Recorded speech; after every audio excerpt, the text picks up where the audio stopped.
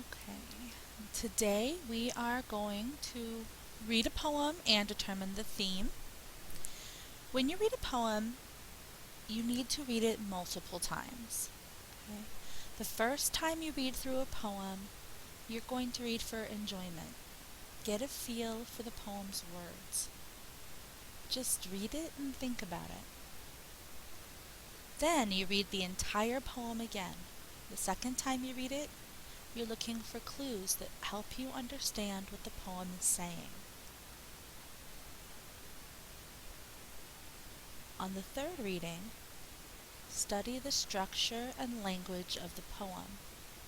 What kind of poem is this? Does it have a rhyme scheme? How many stanzas are there? Examine the images, the organization, and the sounds.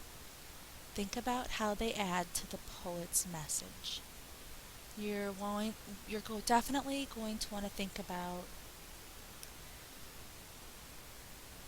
punctuation. Any kind of strange punctuation would be something to think about here also. Number 4, when you read it a fourth time, you're reading for emotion. What's the mood and tone of the poem? How does this poem make you feel as you read it? What emotions are you noticing? Once you've read it 4 times through, you can begin to decide what the theme of the poem is. Okay?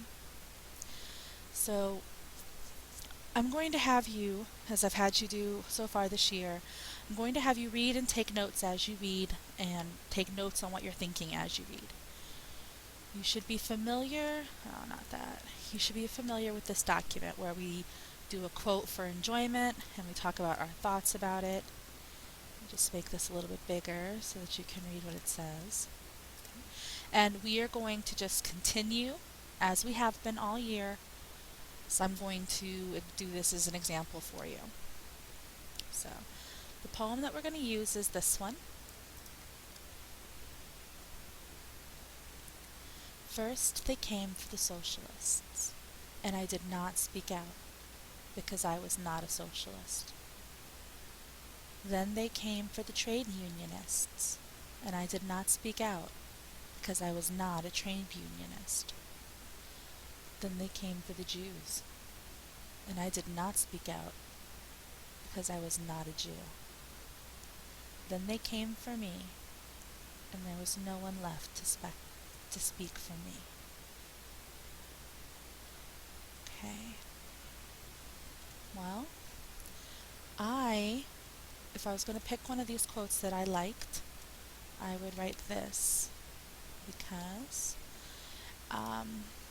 throughout the poem, he's talking about how he didn't speak out, he didn't speak out, he didn't speak out, and then there was no one left, which makes me think that these people, the trade unionists, the socialists, and the Jews, it makes me think that they went away. So I like this quote. There's no particular reason. Then I'm just going to write down what I thought. This makes me think all the other people went away. I'm not sure where they went. Maybe you have an idea. I'm not sure where they went, but that's what it makes me think of. Okay? Now I'm going to read again, and this time I'm going to try and figure out some meaning from this. First they came for the socialists, and I did not speak out because I was not a socialist. A socialist is just a person who believes that the community should own every business. Okay. Then they came for the trade unionists, and I did not speak out because I was not a trade unionist. Okay, I'm not sure what a trade unionist is, but I know trade generally is talking about trading between countries, and if you are involved in a union, you are fighting for rights of people, so maybe they're talking about fair trade. I could be wrong, I probably am wrong, but that's what I'm thinking just from reading the words the poem says. Then they came for the Jews, and I did not speak out because I was not a Jew. And then they came for me, and there was no one left to speak for me. Okay, well, when it talks about the Jews and it says they came for, and then the idea that everyone's going away, I am thinking about the Holocaust. So, then they came for the Jews. I'm going to take that quote here. I think he is talking about the Holocaust. And because people took Jews away, and I had already decided up here that people went away, so many others went away during this time. Oh, well, I guess during the 1940s in Germany. Okay. Quote, let's look for structure and language. So, first they came for the socialists, and I did not speak out because I was not a socialist. Then they came for the trade unionists, and I did not speak out because I was not a trade unionist. Then they came for the Jews, and I did not speak out because I was not a Jew. And then they came for me, and there was no one left to speak for me.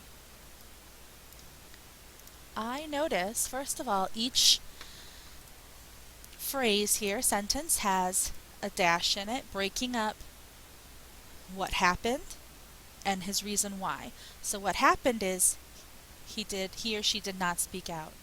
And the why is because he was not one of them. Okay? And then I also notice these phrases are repeated over and over. I'm going to use a different color just to highlight that. I did not speak out. I did not speak out. I did not speak out. Okay? This phrase, they came for. I wonder who they is.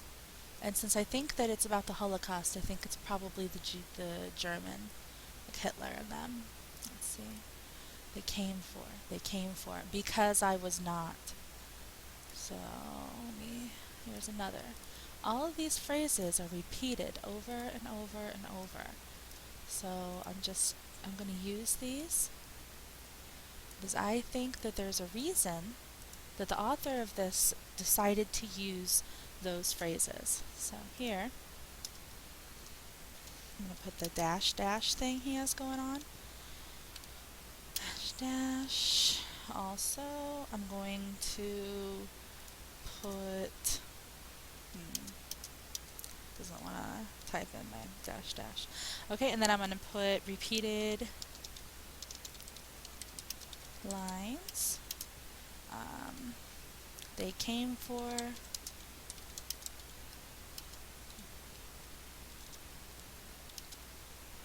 I did not speak out. And because I was not. Alright, my thoughts about that. What I was thinking when I read through it is the dashes. I feel like it sort of is giving me an idea of regret.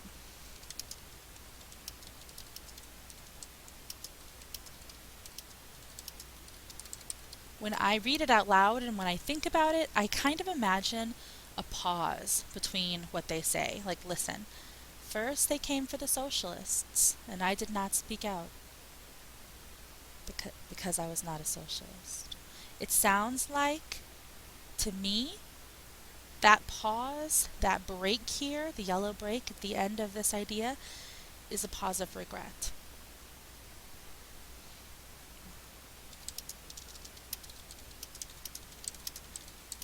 Okay. The most famous of these probably, is definitely going to be the Jews, because when you think of the Holocaust, you think that the Jews were tortured and murdered en masse, and people didn't say anything. In Germany, at least, people didn't. Some people helped. You've all read Diary of Anne Frank, you've heard of things like that, but people people who thought different didn't speak out. They were afraid of being called a Jew lover and then having the exact same fate. Okay? I did not speak out. And I think that these lines here, I did not speak out, I did not speak out. The phrase they came for, that makes me think of danger. I think these people were in danger. Alright. Feeling, emotion. What do I have here that makes me think there we go. And there was no one left to speak for me.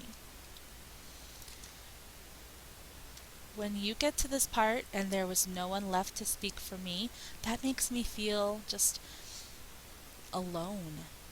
There's no one there for you.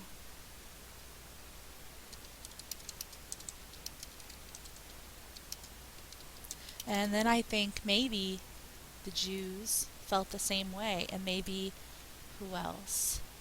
The trade unionists felt alone, and maybe the socialists felt alone, since nobody spoke up for them.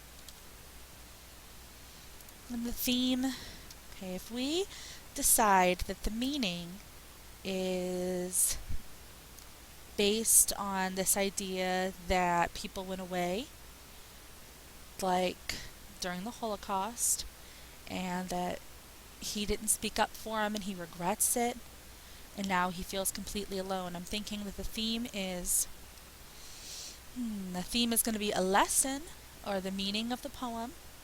Thinking the theme is probably, or at least one theme is, speak up against wrongdoing.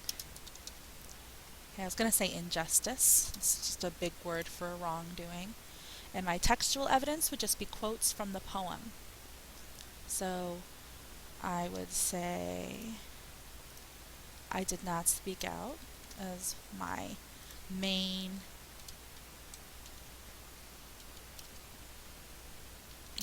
point of textual evidence. I did not speak out.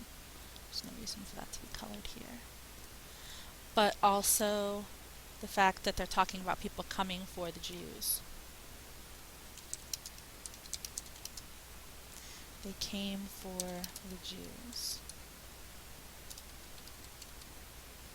And I'll just put a quotation marks around that.